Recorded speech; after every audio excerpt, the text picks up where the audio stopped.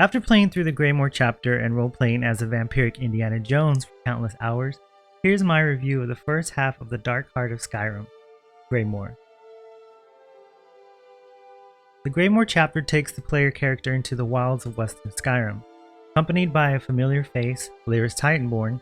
As you traverse the land and seek out the dangers that threaten the world, you will make new friends and encounter a story that feels eerily familiar. I won't spoil the main story as it can be different experience for every player. I personally thought it was a reskin of last year's story. Overall, I applaud the efforts of the writers. It is no question that when ZeniMax announced that they would be taking us back to the frozen homelands of the Nords, that the nostalgia would be on overload. They definitely delivered on that front. A new player will be greeted with the infamous wagon ride. Some locations will be familiar to players, while a few will be new. The zone comes complete with an updated Solitude. The beautiful city has been reimagined for the MMO. Since it is a little over 900 years before Test 5, a few buildings are intact and the city amenities rejuvenated. As with many MMOs, the towns have to scale up for the player base, from the not yet public execution area to the Blue Palace. But even with the adjustments, it still feels like Solitude. The developers took care in bringing back Proudspire Manor, the player home in both Skyrim and now the MMO. The Bard's College is also updated, and the achievement associated with it will give you butterflies. Anyone who isn't familiar with the Elder Scrolls Online, but with Skyrim, will certainly appreciate walk down memory lane upon entering the city walls. The surface area of Western Skyrim is the typical size for an Elder Scrolls Online expansion, littered with mobs and world bosses just in a Skyrim setting. As stunning as the scenery is, it's without a reasonable doubt the real showstopper is below our feet, Blackreach. This isn't the Blackreach you might remember from Skyrim, that's because it's not meant to be. This area is described as being hidden from the world, but is whispered in rumor and legend.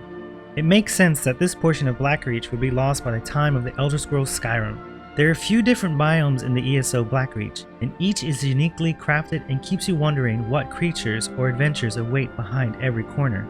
ZeniMax plans to expand more on Blackreach in the future. We'll just have to wait and see what that brings. Malicious witches, devious vampires, and tons of reach magic come together to paint the skies crimson red. Pouring from these storms are fiends, ghostly creatures, and vampire lords alike. Each storm requires players to destroy pikes to disrupt the storm.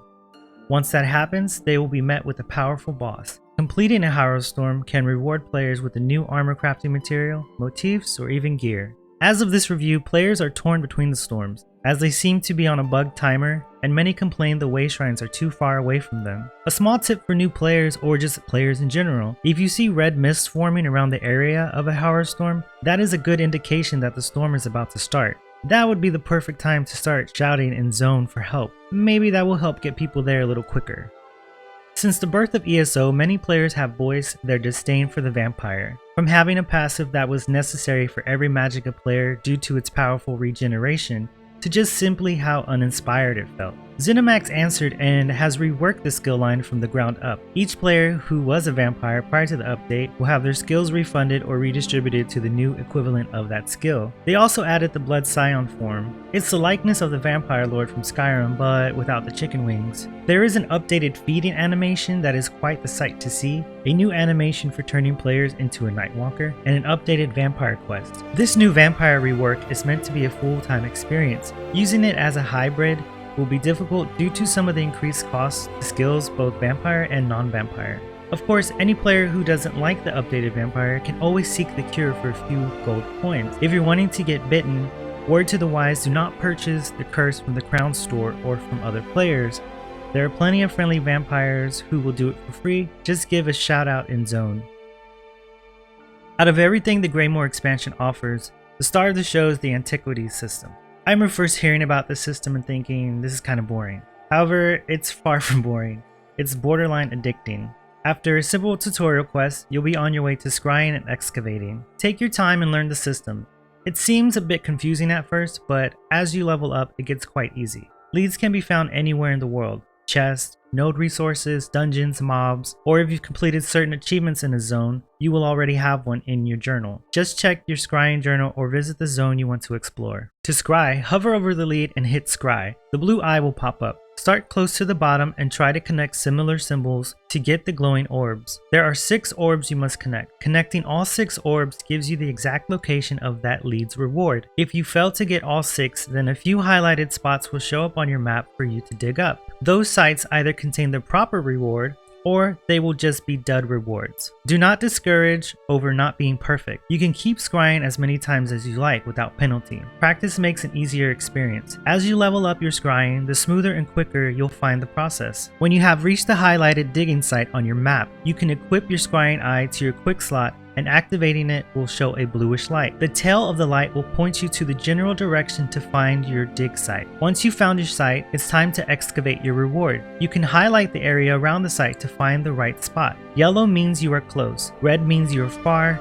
and green means you are on top of a portion of that reward. Use your brush to uncover the site. As you level up, you'll gain access to a few more tools. Careful though, there's always a chance you could break your reward. However, do not fret if you run out of time or you break your reward. Just simply hit your scrying eye and find a new dig site, which is usually not that far away. If you're still confused, I recommend looking up some YouTube guides or community shared guides on the Reddit or official forums. If you're a housing nerd like me, the furniture rewards from Antiquities will send you into a frenzy of joy. There are many beautiful furnishings that can be obtained. I hope you have as much fun as I am finding more and more treasures.